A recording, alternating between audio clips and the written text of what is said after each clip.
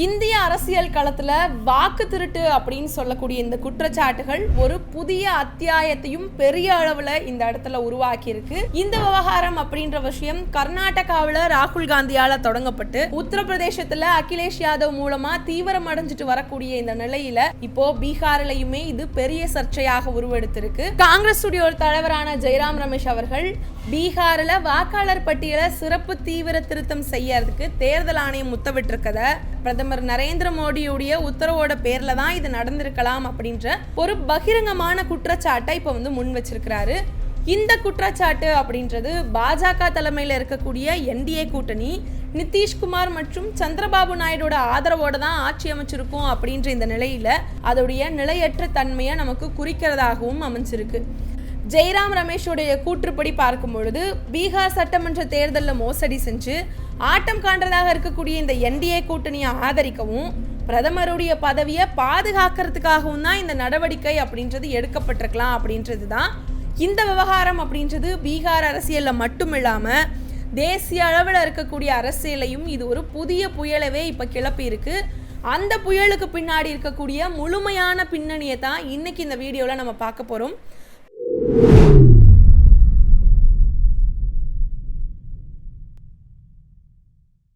கோபாசே நண்பர்களுக்கு வணக்கம். வீடியோக்குள்ள போறதுக்கு முன்னாடி மறக்காம சேனலை சப்ஸ்கிரைப் பண்ணிக்கோங்க.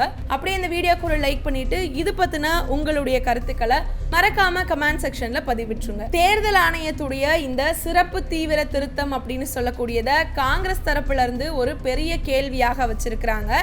அதாவது தேர்தல் ஆணையம் 2024 KAPயோடைய கணக்குப்படி பார்க்கும் பொழுது பீகாரில் இருக்கக்கூடிய வாக்காளர் பட்டியல்கள் ஏற்கனவே கிட்டத்தட்ட முற்றிலுமாகவே துல்லியமாக இருக்கிறதா அவங்க தான் குறிப்பிட்டிருக்கிறாங்க.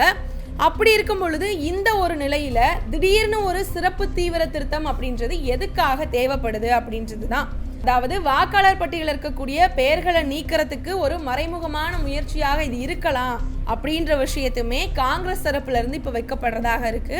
ஆக இந்த சிறப்பு தீவிர திருத்தம் அப்படின்றது தேர்தல் ஆணையத்தால வேணும்னா இது பட்டியலை மேம்படுத்துறதுக்காக பயன்படுத்துகிற ஒரு திருத்தம் அப்படின்னு சொல்லி அவங்க குறிப்பிட்டிருந்தாலும் கூட இந்த விஷயமானது வாக்காளர் பட்டியலை மேம்படுறதுக்கு பதிலாக வாக்களிக்கக்கூடிய உரிமையை பறிக்கிறதுக்காக தான் இருக்கோ இதோடைய நோக்கம் அப்படின்றதையுமே இந்த இடத்துல ஜெயராம் ரமேஷ் அவர்கள் சுட்டி காட்டி இருக்கிறாரு. இதை தொடர்ந்தே இந்த நடவடிக்கையை அதாவது SIR நடவடிக்கையை வாக்காளர் பட்டியலை செம்மைப்படுத்துவது பற்றி குறைவாகவும் ஜனநாயகத்தை குறைமதிப்பிற்கு உட்படுத்துற சதி போல இருக்கிறதாகவும் ஜெயராம் ரமேஷ் அவர்கள் குறிப்பிட்டிருக்கிறாரு.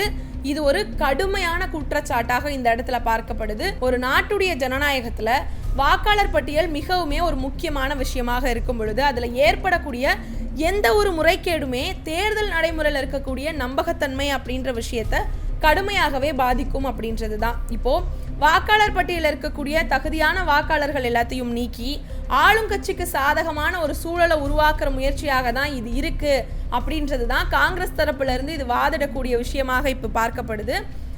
தேர்தல் ஆணையம் இது மாதிரியான குற்றச்சாட்டுகளுக்கு உடனடியாகவே பதிலளிக்கணும் அப்படின்றது தான் அதோடைய வெளிப்படைத்தன்மை அப்படின்ற விஷயத்தை உறுதி செய்யறதுக்கான வழியாகவும் அமைஞ்சிருக்கு.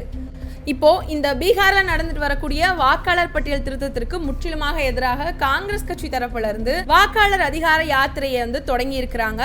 சசராம்ல இருந்து தொடங்கி இருக்கக்கூடிய இந்த யாத்திரை அப்படின்றது பீகாரில் இருக்கக்கூடிய 20க்கும் மேற்பட்ட மாவட்டங்கள் வழியா கொண்டு போய் வாக்காளர் பட்டியல் முறைகேடுகள் பத்தி மக்களுக்கு ஒரு விழிப்புணர்வை ஏற்படுத்துறதாக இருக்கு அதோடைய நோக்கம்.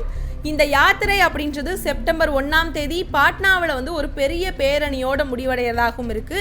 இது காங்கிரஸ் இந்த விவகாரத்தை ஒரு பெரிய தேர்தல் பிரச்சனையாக மட்டும் பார்க்காம இதுக்கு மாறாக இது ஒரு மக்கள் இயக்கமாக மாற்றத்துக்கான முயற்சியாக தான் எடுத்திருக்கிறாங்க அப்படின்ற விஷயத்தையும் நமக்கு காட்டுறதாக அமைஞ்சிருக்கு.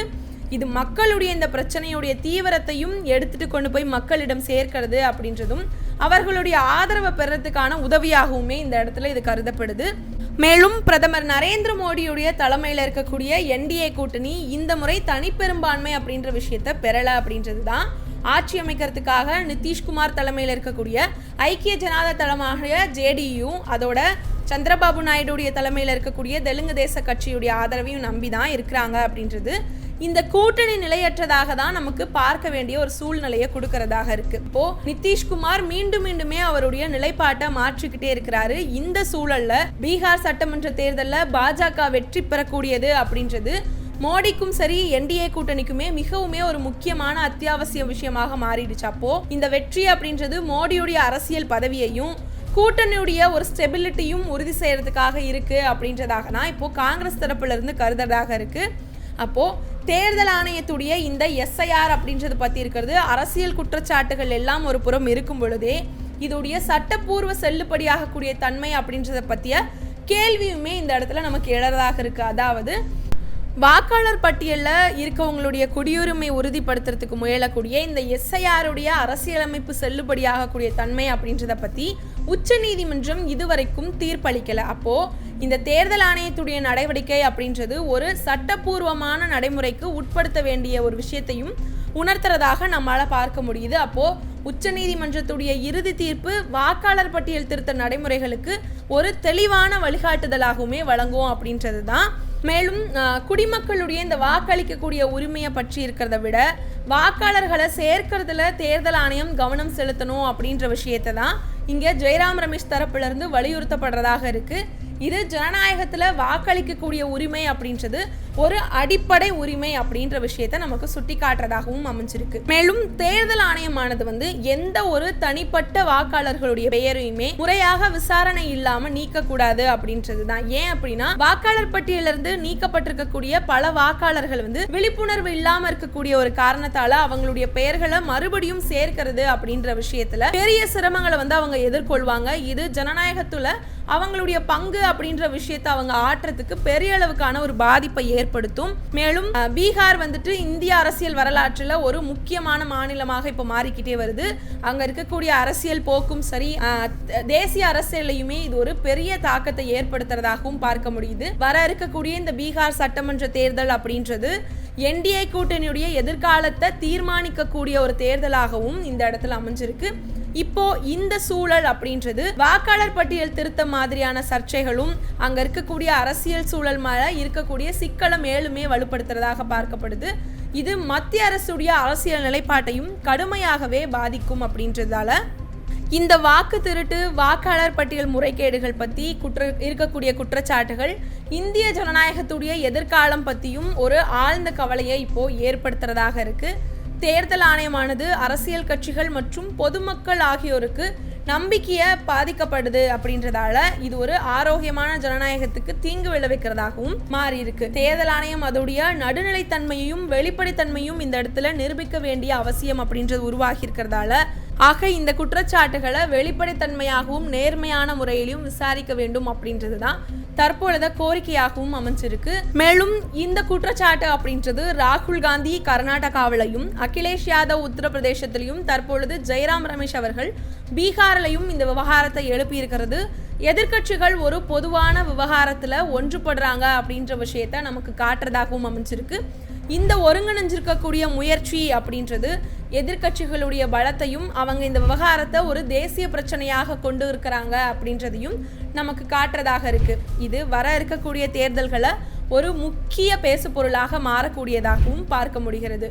மேலும் மக்களவை தேர்தல் 2024 அப்புறமாகவே இந்திய அரசியல் களத்துல தேர்தல் ஆணையத்துடைய நடுநிலைத்தன்மை அப்படின்றத பத்தியது பெரிய விவாதமாக தொடர்ந்து நடந்துகிட்டே வருது. இப்போ வாக்கு திருட்டு பத்தி இருக்கக்கூடிய குற்றச்சாட்டுகள், வாக்காளர் பட்டியல் முறைகேடுகள் மற்றும் தேர்தல் ஆணையத்துடைய பதில்கள், அதே போல நாட்டுல தேர்தல் நடைமுறைகள் மேல இருக்கக்கூடிய பொதுமக்களுடைய நம்பிக்கை அப்படின்றது எல்லாத்தையுமே அசைத்து பார்க்கக்கூடியதாக இருக்கு. இந்த சூழல்ல இப்போ பீகார் வாக்காளர் பட்டியல் திருத்தம் பத்தி இருக்கக்கூடிய புதிய சர்ச்சை அப்படின்றது இந்த விவகாரத்துல மேலுமே வலு சேர்த்திருக்கிறதா நம்மளால பார்க்க முடியுது. சோ இந்த விஷயம் அப்படின்றது பிரதமர் மோடியுடைய பதவியை தற்காத்துக்கிறதுக்கான ஒரு முயற்சியாகவும் சதியாகவும் தான் இந்த இடத்துல பார்க்கப்படுறதாக எதிர்கட்சிகள் குற்றம் சாட்டி இருக்கக்கூடிய இந்த நிலையில தேர்தல் ஆணையம் அவங்களுடைய நடுநிலைத்தன்மை பத்தி இருக்கக்கூடிய நிரூபிக்க வேண்டிய ஒரு பெரிய சவாலை எதிர்கொண்டுட்டு இருக்கிறாங்க. இந்திய தேர்தல் ஆணையத்து மேல பெரிய அழுத்தம் அப்படின்றது இதால ஏற்பட்டு இருக்கு.